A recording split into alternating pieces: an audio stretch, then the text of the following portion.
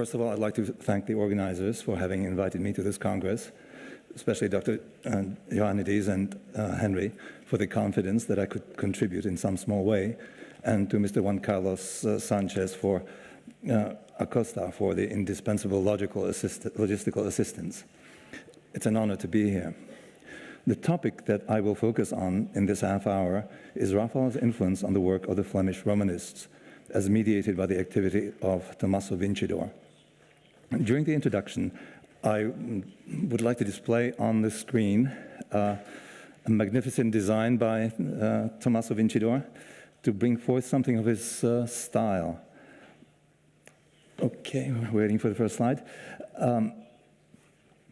It's from the Giochi di Putti series, so we'll skip that since we don't have the first slide. It is generally recognized that the main factor in the rise of the Flemish... This is just basically as a backdrop to show one of the more successful, I would say, Vincidor modelli for the Giochi di Putti series. This, I will not cover the Giochi di Putti in any detail. It's just while I introduce the topic. So it is generally recognized that the main factor in the rise of the Flemish Romanists, meaning the artists such as Mabuse, Jan Gossert, Jan Sanders van Hemesen, and especially Bernard van Orley, starting in the second decade of the 16th century, was the steady stream of commissions for tapestries from Pope Leo X and Clement VII to be woven in the workshop of Pieter Coquet van Elst in Brussels. Flemish art was transformed, and this revolution in the art of tapestry design, as well as painting, has been amply documented by Nicole Dacot, Thomas Campbell, and many others. In the words of Max Friedlander, the mountain came to Mohammed, and travel to Italy by young Flemish artists was mightily supplemented by the steady stream of truly stupendous works, usually of rather imposing dimensions. In fact, the leading Flemish Romanist, Bernard van Orley, never visited Italy. Constituting what we may call the first wave were Raphael's 12 majestic cartoons of the Acts of the Apostles series for the Sistine Chapel, 20 designs for the Giochi di Putti for the Sala di Costantino, 12 tapestry of the Scuola Nuova series, besides the Coronation of the Virgin tapestry. The final pieces were not completed until 1531. For an entire decade, the work was supervised by Tommaso Vincidor, a pupil of Raphael sent to Brussels for this very purpose. This was in May 1520, just a few weeks after Raphael's death. Local artists, in particular Bernard van Orley, came to be closely involved in some of the designs supervised by Vincidor, chiefly those of the Scuola Nuova tapestries, but also for the Giochi di Putti series, as an unpublished sketch by van Orley seems to indicate. Study trips to Italy and tapestries and the accompanying cartoons were the main, but by no means the sole source of Italian, and more specifically Raphaelite influence on Flemish painting. Another important source were prints, especially those by Marcantonio Raimondi, who worked with Raphael's studio and often published engravings even of works in progress. Other notable engravers of Raphael's work were Gian Giacomo Caraglio, Agostino Veneziano, and Marco da Ravenna. Knowledge of Raphael's oeuvre came also to Flanders from Fontainebleau, the favorite residence of Francis I, where some of Raphael's finest works from his mature Roman period were kept. Artistic contacts between the Low Countries and the French court were at times interrupted by the tempestuous relations between Charles V and Francis I, but after the paix des dames of 1529, the French royal court became a major source of Italian influence on Flemish art. However, the real catalyst of the Romanist movement was provided by the presence and activity in Brussels of Tommaso Vincidor, who introduced working methods in his new workshop that were soon to be emulated by Bernard van Orley and other leading Romanists. Vincidor was associated with Raphael since at least the beginning of 1517, when he appears as a witness on a promissory note in favor of Raphael. His hand can be discerned on some of the designs for the Vatican Loggia, with scenes from the Old Testament, as well as on many of the finished frescoes. On May 21st, 1520, within just weeks of Raphael's death, Vincidor was sent to Flanders with an accompanying letter of introduction composed in formal Latin by Pietro Bembo and signed by Pope Leo X. For a long time, the exact purpose of this mission was unclear, since the papal letter of introduction characterizes it rather cryptically, pro quibusdam negotiis nostris, for certain business of ours.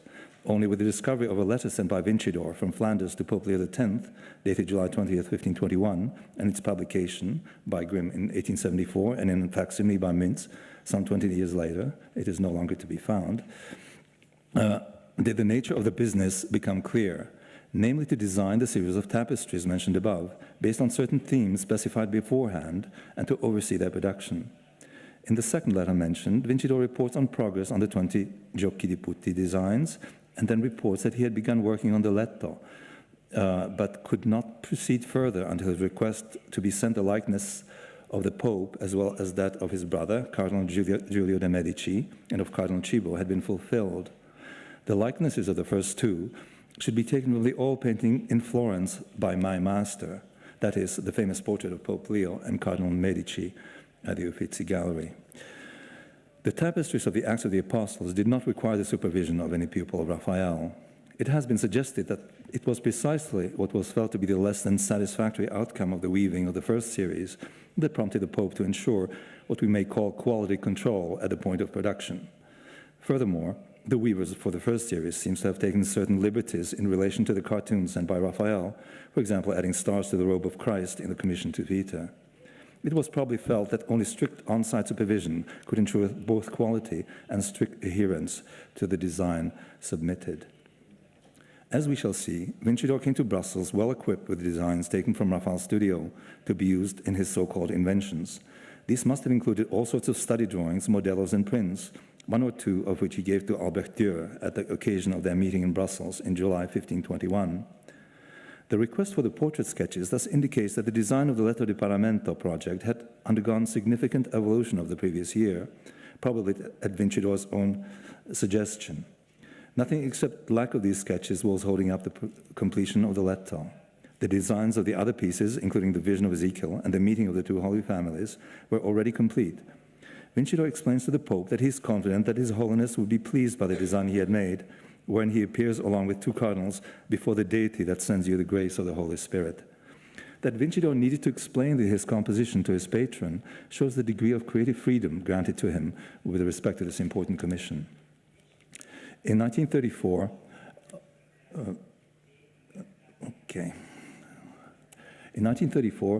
official identified recognized in the drawing of the Louvre, on this slide, the very design mentioned by Vincidor in his July 21st letter to the Pope. Since this drawing includes the likeness of the Pope, as well his brother Giulio, and what appears to be Cardinal Cibo. Since the portraits do not at all correspond to Raphael's painting in the Uffizi, we are left with the suspicion that Vincidor's wish to receive sketches taken from it was not granted, and that the work that he worked from memory. Since the resulting tapestry is lost, we could be dealing with a modello that remained unused. In any event, this drawing was the first work of Vincidor to be securely attributed to him and has served as a basis for identifying his hand elsewhere, particularly in the frescoes of the Vatican Loggia. Note the architectural element of a raised parapet supporting the base of a classic column on the left. This feature, though by no means unique to Flemish art, is nevertheless typical of Flemish Renaissance painting and ubiquitous in the indoor scenes of Jan Gossert and Bernard van Orly. We shall encounter it again in other works to be discussed. There is an ungainly element to Vincidor's figures. The St. John approaching the Christ child looks almost threatening, and the attempt at a smile by the Christ child is unconvincing. Vincidor had also difficulty with hands, the four fingers being depicted as extended straight out without articulation. Characteristic is the strong outlining in black chalk. The modello we are looking at was a preparatory work for the cartoon on the basis of which a tapestry was to be woven to serve as the headpiece for the papal Letto di Paramento. That is the bed to be used by the Pope to prepare for ceremonial occasions. The Letto was located in the corner of the Sala dei Palafrenieri in the Vatican, the existing decoration of which helped to determine the monumental architectural background of the head tapestry, as well as the side tapestry, which we will discuss later. The corner placement meant that horizontally only the head and side tapestry were required. Vincidor's cut-and-paste method of work can be seen in his reuse of other works from the studio, in this case a drawing by Gianfrancesco Penny,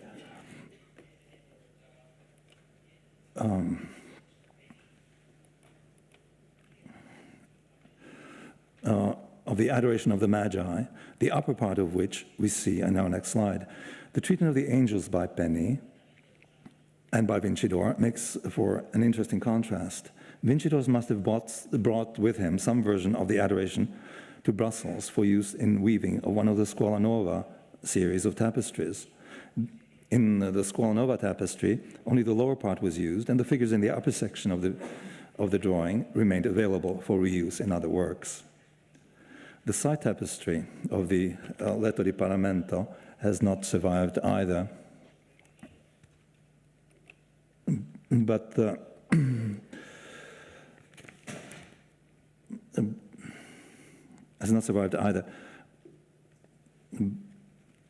But we have a record of the final stage of its development, the next stage of the not the Modello stage, but the actual cartoon stage in one of the Botenhaus cartoons known as the Meeting of the Two Holy Families. The identification of this work and its attribution to Vincidor by Tom Campbell in an article published in 1996 has some far-reaching implications in that it provides an inkling of the kinds of designs that Vincidor brought with him from Raphael's studio. Here, Vincidor is freely borrowing on a composition closely related to the Holy Family of Francis I, either the actual cartoon or a drawing made after the cartoon, probably by Giulio Romano, of which two fragments survive. One of them, from Melbourne, is a part of this exhibition. Campbell's arguments are mostly historical and technical nature, and before proceeding, I would like to add a few observations relating to the stylistic feature that support the attribution. We again notice the raised parapet, supporting the base of a classic column on the left, which we have encountered on the Louvre Modello. The strange grimace of the Christ child in the Botenhaus cartoon is comparable to the unconvincing, as if frozen smile to which we drew attention in the Louvre Nativity. The two unidentified young women who stand between the Virgin and Saint Joseph may be compared to a drawing attributed to Vincidor at the Istituto Nazionale per la Grafica with their relaxed pose, but okay. And on the next slide, we will see a similar composition attributed to Gianfrancesco Penny. I'm convinced it is by Penny. And here again we can compare the style of these two pupils of Raphael. But let us look even more closely on the central group taken from the Holy Family of Francis I to see what differences we may notice. The most prominent difference is the crib, which Vincidor has transformed into a simple wooden rocker with spokes held together by a sturdy frame, ending in rounded bobs on either side. But there are numerous more subtle differences as well. Under the Virgin's chin is a narrow, U-shaped fold of the veil that hides the fingers of the Christ child's hand.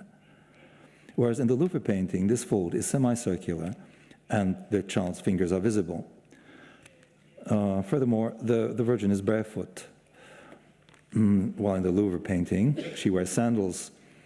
Her hair is richly pleated, whereas in the Louvre painting, only a single plait is dimly visible through the veil that covers her hair. Joseph has a full head of hair, whereas in the Louvre painting, the top of his head is balding. St. John the Baptist does not hold a cross in his arms, as he does somewhat awkwardly in the Louvre painting.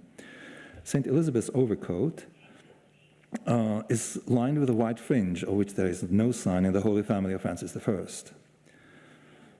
The attribution also tells us something about Vincidor's method of work. He was faced in this instance with the task of adopting a vertical composition into a horizontal one in order to accommodate the requirements of the papal letto de paramento. The design for the meeting of the two Holy Families is stretched out horizontally, and newly invented figures are inserted in order to fill the extra space. Originally, the cartoon was almost certainly much wider than it is today, given the fact that in the Vatican inventories, the dimensions of the Lato tapestry are only about 10% less than those of the Sopracciello, the tapestry that's at this exhibition that formed the ceiling of the letto. Yet the cartoon for the Sopracciello, with the vision of Ezekiel, and also preserved at Boughton House, is about 40% larger than the cartoon for the Lato, with the meeting of the two Holy Families. It is thus probable that the design for the meeting cartoon, as originally conceived, was considerably larger than the surviving sheet, particularly in terms of its length. The entire composition is oriented in the reverse direction of the tapestry for which it was to be used. The tapestry, of course, is lost. Many of these variant details that characterize the Boughton House cartoon are also apparent in what is the only known 16th century engraving after Raphael's Holy Family, a print usually assigned to Gian Giacomo Caraglio. Shown here is a version from the Bibliothèque Royale in Brussels, which displays a signature. All the other versions are unsigned, if you look closely, Aeneas Vicus. But it may be a reworking of a Caraglio engraving. Vico is known to have reissued engravings by Caraglio. Domenico Delia has suggested that the engraving reproduces a lost cartoon of the Holy Family of Francis I, or perhaps a modello that remained in Rome after the painting had been sent to France. The print shows a number of notable deviations from the Louvre painting, most being of the same nature as the deviation we have noted in the Boughton House cartoon. The field of vision, first of all, is more extended, both horizontally and vertically, especially horizontally. Behind the Virgin is a cushion, which explains that, visually explains that she had been sitting on a seat before she got up to lift up her son. In the Louvre Holy Family, this element is absent. Again, the Virgin is barefoot. Her hair is richly plaited. Joseph has a full head of hair. The tips of the child's left hand are hidden by the same type of fold, which falls straight down and forms an elongated U. A larger portion of St. Elizabeth's overcoat is visible, and again it includes a fringe. The young St. Joseph is not holding a cross, and none of the figures have halos. One could almost think that Vincidor used the Caraglio engraving as his source, having taken it with him from Brussels. But besides the problem of dating, Caraglio engraving is almost certainly much later than the date of Vincidor's departure for Flanders. The Caraglio engraving reproduces the child's cradle from the Holy Family of Francis I. Well, of course, Vincidor features an entirely different cradle. We can tentatively conclude that Vincidor and Caraglio drew on the same source, but that Vincidor, for some unknown reason, decided to change the style of the cradle. The wooden rocker appears to be a new element introduced by Vincidor, and a conscious departure from a model he otherwise followed rather literally, as far as the central figures are concerned. The list of features distinguishing the Caraglio engraving from the painted version in the Louvre applies equally to two drawings that may be fragments or early replicas of the lost cartoon of the Holy Family of Francis I. One, of course, is at this exhibition, and I will briefly show it again. One feature to notice here is that there is no cross in St. John's hands. And well, let's go over to the next slide, which is the head of Saint Joseph. And again, notice that the full head of hair were quite different from the painting, and rather similar to the Caraglio engraving, including the actual shape of the strands.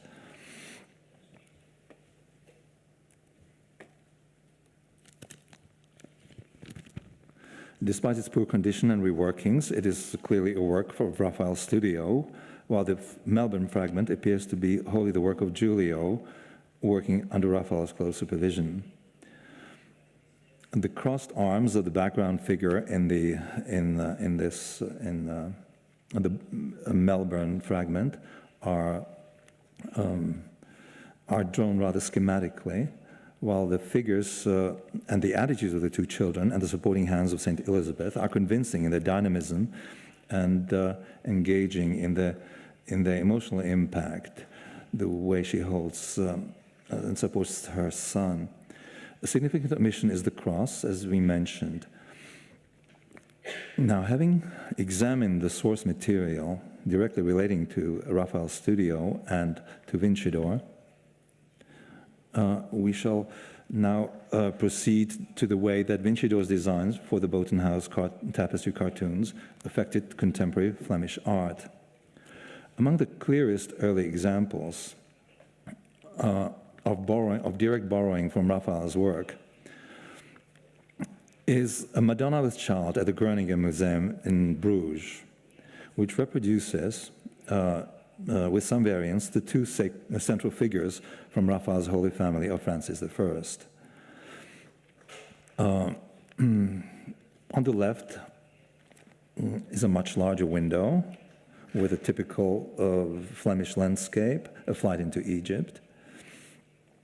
It is rare for Hammerson to quote his sources so directly. In his monograph on Hammerson, Burr Wallen goes so far as to call it a case of plagiarism, citing as a precedent Quentin Mass's Madonna and Child with a Lamb, an extraction from Leonardo's St. Anne in the Louvre. As I was able to find out on a visit to the museum's archive, the attribution of this painting to Hammerson was made by Suzanne Sulzberger, and to my knowledge has never since been seriously questioned. Its provenance can be traced to the Abbey of Duinen, where it was listed in an inventory taken on in June 1798.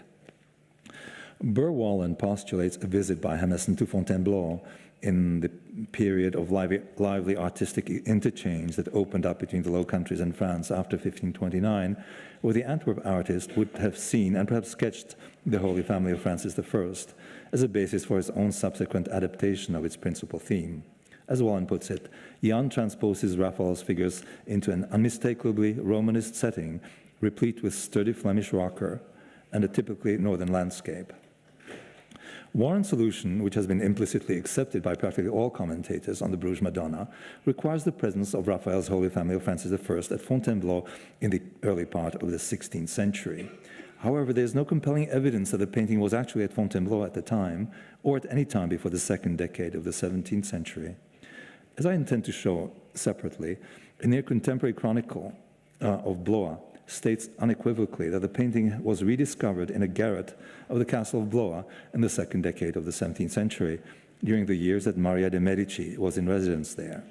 In this connection, it is proper to recall that the painting was a gift for Queen Claude, who died at the same castle of Blois in 1524.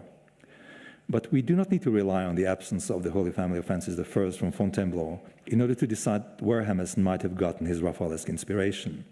A resident of Antwerp, Hammerson did not need to travel to Fontainebleau for his models. He found his model in nearby Brussels. The details taken over by Hammerson from the Boughton House cartoon are not confined to the wooden rocker. The Virgin is barefoot, in contrast to the elegant slipper worn by Raphael's Madonna. The tips of the child's fingers are hidden by the Virgin's veil. Her hair is richly plaited.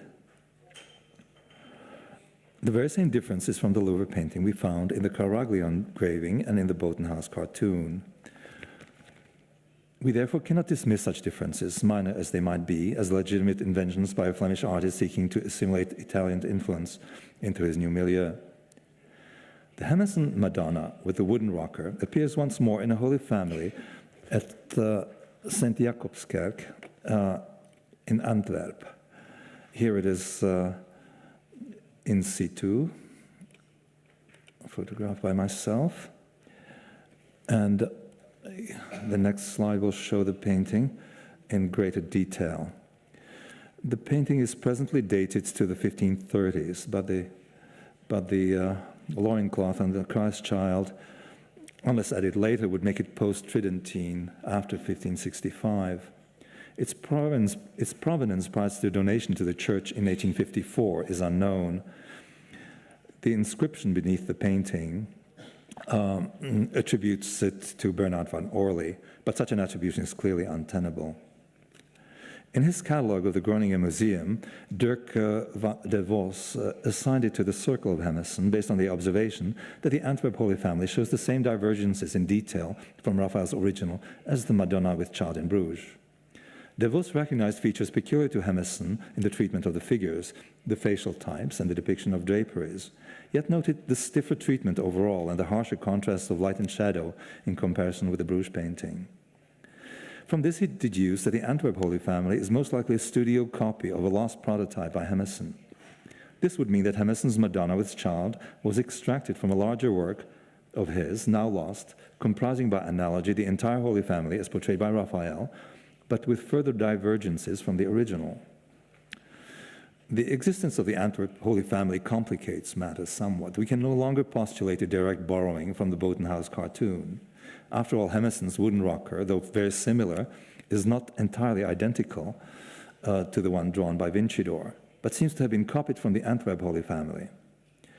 The painter must have known some modification of Caraglio's engraving, in which the elaborate, classically decorated cradle was replaced by a simple wooden rocker with spokes. But the wooden rocker, it would seem, is Vincidor's invention. One hypothesis that would satisfy all of these peculiarities is that the Antwerp Holy Family was painted on the basis of a modello drawn by Vincidor in Rome prior to his departure for Flanders, one in which he substituted the wooden rocker for Raphael's classical cradle, and in which he then proceeded to use for the Botenhaus cartoon of the Letto de Paramento. The Antwerp Holy Family would have been produced based on this modello. Dirk Voss's hypothesis of a lost precursor to the Antwerp Holy Family finds substantiation, though the precursor was not necessarily a painting, but more likely a modello for a painting.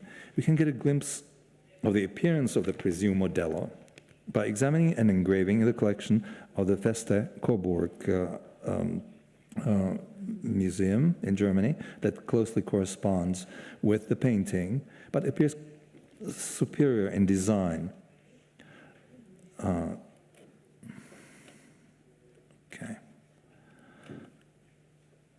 Let's take a closer look at it. The field of vision is less than Antwerp Holy Family. We see the bottom of the rocker, which is strangely cut off in the painting.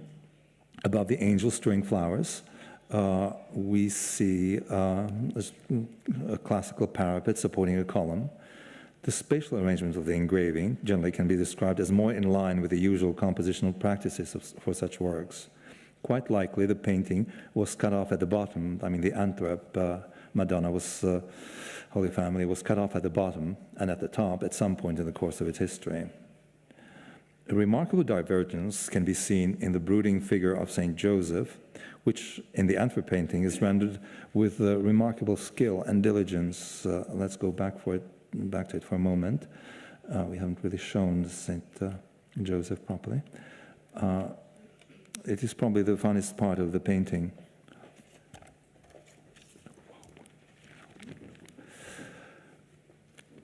Okay.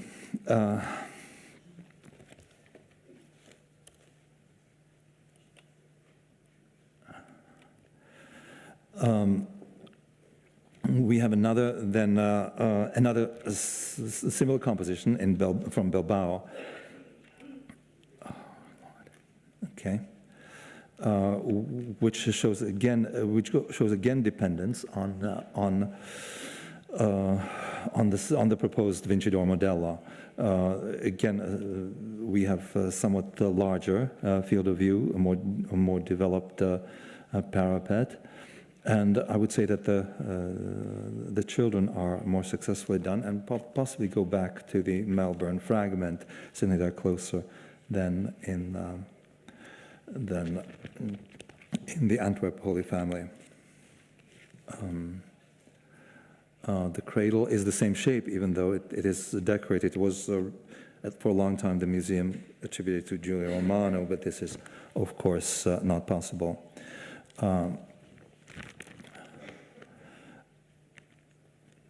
So I will skip over some of the other versions of this composition. I meant to just show how popular the composition was in the 16th century, at a time when copies of the Holy Family of Raphael are unknown.